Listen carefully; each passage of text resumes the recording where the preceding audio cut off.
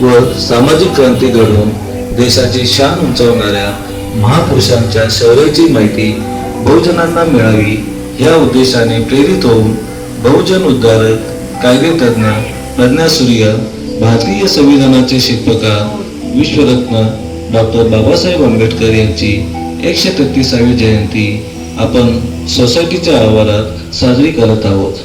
त्याच निमित्ताने प्रेम pride cooperative housing society आपल्यापुढे सादर करत आहेत डॉक्टर बाबासाहेब आंबेडकर यांच्या जीवनावर आधारित एक लघुनाट्य.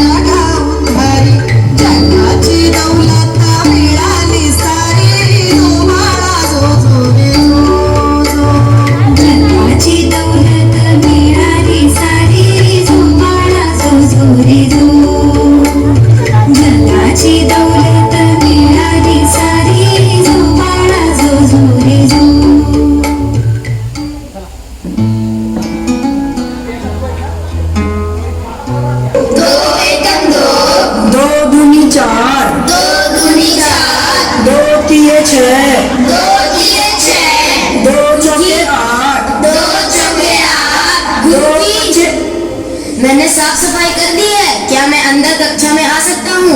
नहीं गुरुजी, वह नीची जाति का लड़का है, अगर वह कक्षा में आता है तो हम सब नहीं पढ़ेंगे। हम नहीं पढ़ेंगे। हाँ हाँ ठीक है। सुनो, पढ़ाई लिखाई करना तुम्हारा काम नहीं है, यह काम सिर्फ ऊंची जाति के लड़कों का है। तुमसे यह काम नहीं होगा, जाओ जाकर झाड़ू पोछा करो।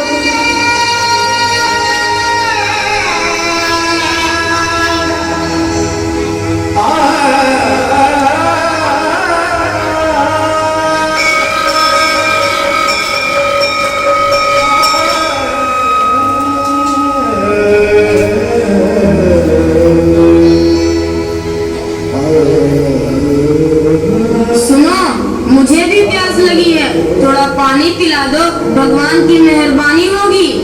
ए महार जाति का लड़का, तुम यहाँ क्या कर रहे हो? यहाँ तुम्हारी जगह नहीं है, चलो निकलो यहाँ से। निकलो।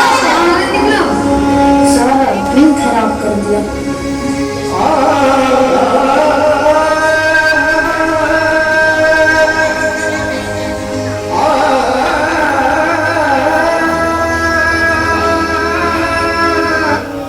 डॉक्टर अंबेडकर ने अपने जीवन में बहुत से ऐसे कष्ट सहे, लेकिन कभी भी अपनी शिक्षा को प्रभावित नहीं होने दिया। वह हर दिन 14 से 18 घंटे तक अध्ययन किया करते थे। शिक्षा के प्रति उनकी ललक और जी तोड़ मेहनत का ही परिणाम था कि बड़ौदा के महाराज जी ने उन्हें उच्च शिक्षा के लिए इंग्लैंड भेज दिया था। लंदन प्रवास के दौरान वे हर रोज लाइब्रेरी में जाया करते थे और घंटों पढ़ाई किया करते थे। Why are you waiting for the library instead of going to the cafeteria? I'm going to cancel your membership and you will have to pay fine for this act. Please forgive me, sir. Don't cancel my membership. I need to study for the betterment of people of my society. I don't have enough money to go to the cafeteria and have lunch. That's why I was eating here, sir. Please forgive me. I need to continue my study. Oh my goodness, you are there for such a great cause. Listen brother, from today onwards you will not eat here in the library. Instead you will come to the cafeteria. I will share my lunch with you every day. Thank you, sir. Thank you so much. Why do you always study? You never go anywhere to have some fun, as many do here. If I will have fun, then who will take care of my people? इसके बाद बाबा साहब भीमराव अंबेडकर ने Europe के भिन्न भिन्न विश्वविद्यालयों से 4 विषयों में PhD की उपाधि हासिल की। भीमराव अंबेडकर भारतीय इतिहास के ऐसे इकलौते व्यक्ति हैं जिन्होंने दलितों और वंचितों को सामाजिक अधिकार दिलाने के लिए अपना संपूर्ण जीवन समर्पित कर दिया। विदेश से उच्च शिक्षा प्राप्त करने के बाद बाबा साहब ने उनके सामाजिक कार्यों की शुरुआत की और उन्होंने दलित, पीड़ित, मागासवर्गीय लोगों के हक के लिए आवाज उठाना शुरू किया।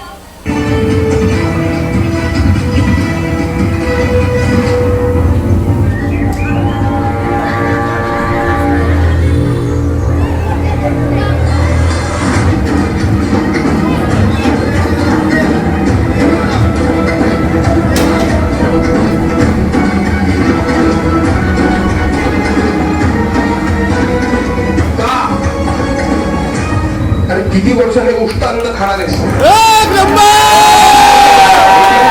स्वतःचं पोट भरण्याची ही दरिद्री चालू ठेवणार आहेस कशासाठी? नको रे बाळा, एक लक्षात ठेव बाळा, आत्मसन्मानाने जगता येत नसेल तर ते जगणच नाही. गेली मुंडी जगतातच, पण आपण माणसं होतो. या वरच्या वर्गातल्या मूळवर माणसांना आपलं जगणं ठरवण्याचा काही एक अधिकार नाहीये. बस झालं, ही गुलामगिरी झिडकारली पाहिजे. त्यासाठी तुला संघर्ष करावा लागेल आणि त्यासाठी तुला शिकावं लागेल बाळा. आपल्या बुद्धीच्या आणि ज्ञानाच्या जोरावर हे स्वतःला वरचढ समजतात, पण तीच बुद्धी तुझ्या जवळही आहे आणि त्याला धार येणारे ती केवळ आणि केवळ शिक्षणामुळे. तुला शिकलंच पाहिजे, संघर्ष केलाच पाहिजे. तू स्वतःचं आयुष्य बदलू शकतोस हे लक्षात ठेव बाळा. शिकलास तर हक्काची भाकर मिळेल. पण भूक लागली आहे.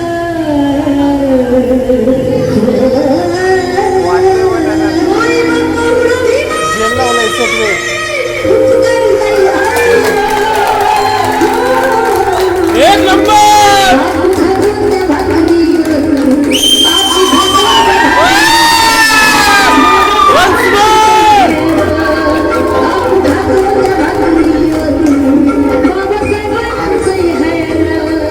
व्हेज आहे का नॉन व्हेज?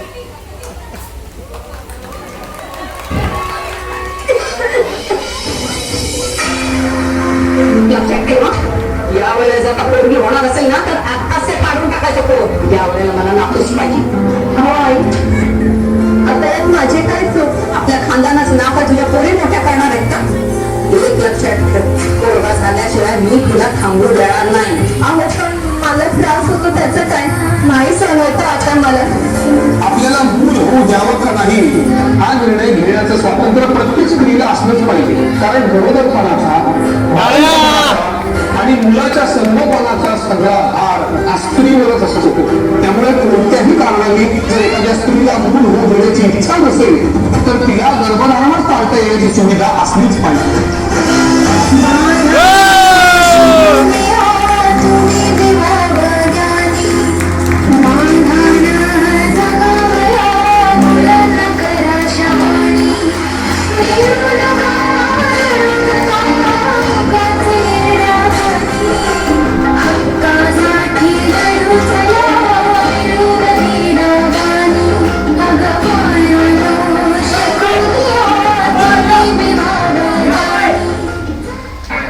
राजकीय स्वातंत्र्याची मागणी जोर धरू लागली होती.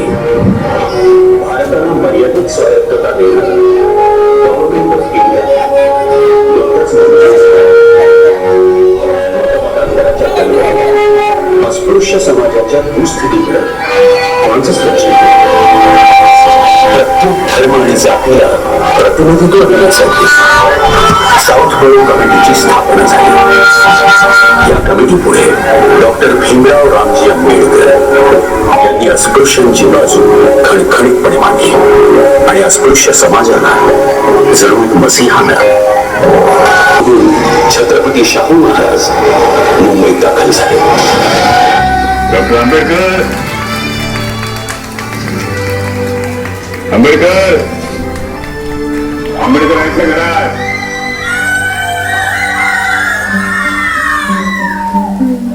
नमस्कार. नमस्कार. नमस्कार. शाहू महाराज, हो साक्षात आपण. हो खास आपण येण्याची का दस्ती घेतली? हो मला बोलवलं असतं तर मी आलो असतो आपल्या दर्शनाला. बसा बसा.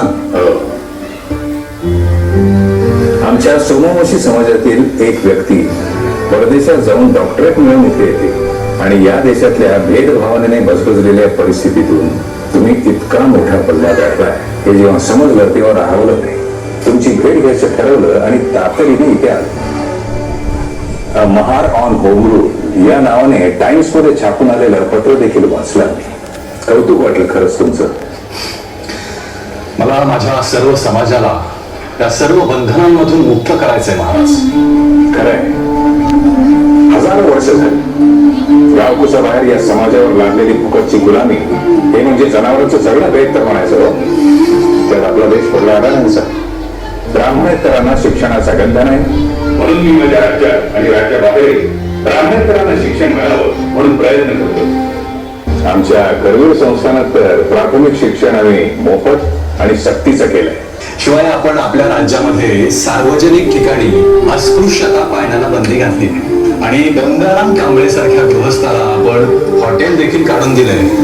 आणि महत्वाचं म्हणजे बहिष्कृत विद्यार्थ्यांसाठी आपण हॉस्टेल देखील सुरू केले.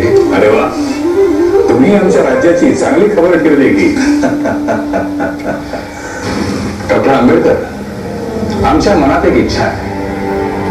स्पृश्य अस्पृश्यता हा प्रकार, सोमवंशीयांवर होणारा अन्याय, हे सगळं समाजात पसरलेलं मळ, गढूळ झालेलं पाणी स्वच्छ करायची इच्छा आहे.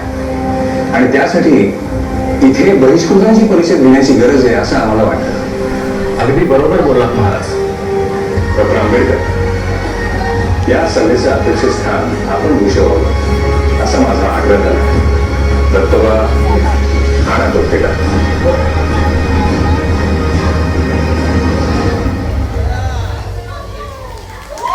आम्ही स्वतः डॉक्टर आंबेडकरांचं मस्तकी बांधतो.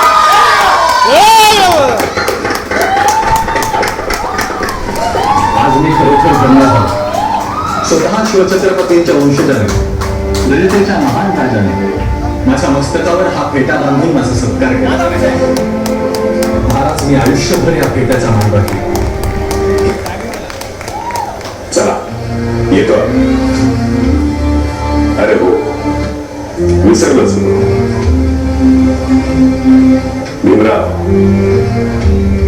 तोंड असून आवाज नसलेल्याचा आवाज बोलताय तुम्ही.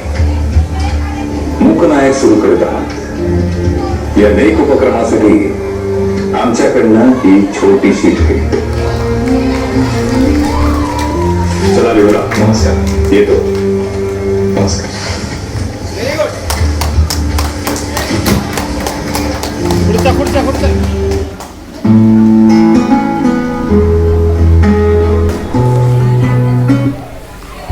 20 मार्च 1927 महार 14 तळ्याचा ऐतिहासिक सत्याग्रह. ज्या ठिकाणी कुत्रे मांजरे देखील पाणी पिऊ शकतात अशा ठिकाणी मात्र माणसासारख्या माणसाला पाणी पिण्यास बंदी केली जाते. आणि म्हणून डॉक्टर बाबासाहेब आंबेडकर यांनी 20 मार्च 1927 रोजी महारच्या 14 तळ्यावर सत्याग्रह केला. समानतेसाठी प्राण्यांना स्पर्श करणार आहोत. प्रश्न पाप पुण्याचा नाहीये, प्रश्न आपल्या हक्काचा आहे.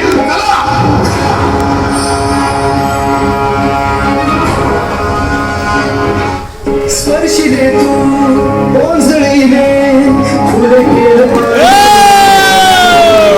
हक्क देऊन माणसाचे केले सोने पीडितांच्या जीवनाचे. शिका आणि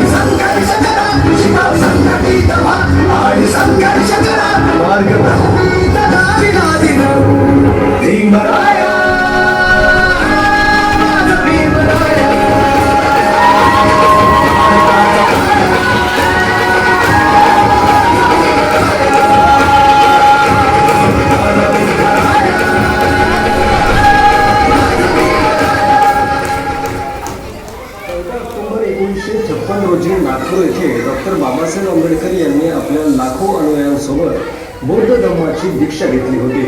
बाबासाहेबांनी बौद्ध भिक्षू चंद्रमणी महास्तवीर यांच्या हस्ते बौद्ध धम्माची धम्मदीक्षा घेतली.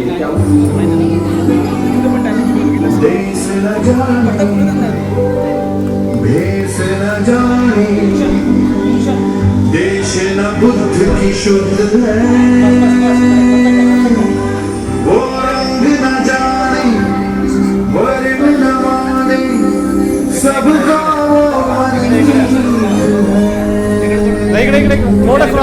शुद्ध है, बुद्ध है, शुद्ध है.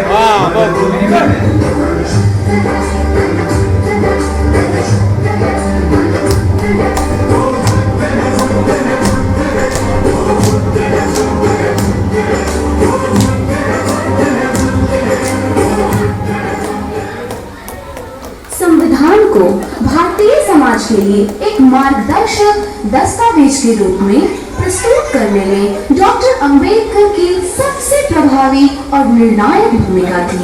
26 नवंबर 1949 को संविधान सभा ने संविधान के उस प्रारूप को स्वीकार किया जिसे भीमराव अंबेडकर की अध्यक्षता में ड्राफ्टिंग कमेटी ने तैयार किया था.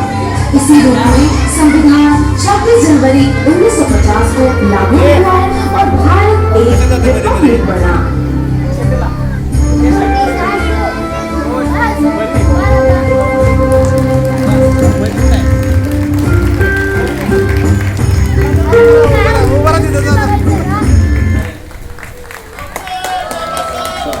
स्वातंत्र्य मिळवून देणारे व सामाजिक क्रांती घडवून वाचवणाऱ्या महापुरुषांच्या शौर्याची माहिती बहुजनांना मिळावी या उद्देशाने प्रेरित होऊन बहुजन उद्धारक, कायदेतज्ञ, प्रज्ञासूर्य, भारतीय संविधानाचे शिल्पकार, विश्वरत्न डॉक्टर बाबासाहेब आंबेडकर यांची